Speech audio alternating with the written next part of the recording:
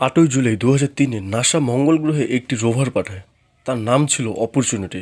নাসার সায়েন্টিস্টরা 90 দিনের জন্য এই রোভারটিকে মঙ্গল গ্রহে পাঠিয়েছিল, কিন্তু অপরচুনিটির কাছে 0.65 স্কোয়ার মিটারের দুটো সোলার প্যানেল ছিল, যার মাধ্যমে সে 15 বছর পর্যন্ত মঙ্গল গ্রহে চলতে থাকে। প্রায় 45 কিলোমিটারের যাত্রা সম্পূর্ণ করে। এই সময় রোভার মঙ্গল গ্রহের প্রায় 2,17,000-এর মতো ছবি পৃথিবীতে পাঠায়।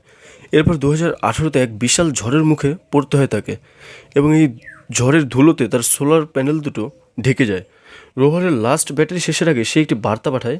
সেই বার্তাটি হলো, আমার চার্জ শেষ হয়ে যাচ্ছে এবং চারিদিকে অন্ধকার নেমে আসছে। My battery's getting low.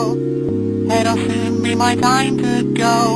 The screen is cracked and I can't see, but I just hope you are listening to my little rhymes that I made for you.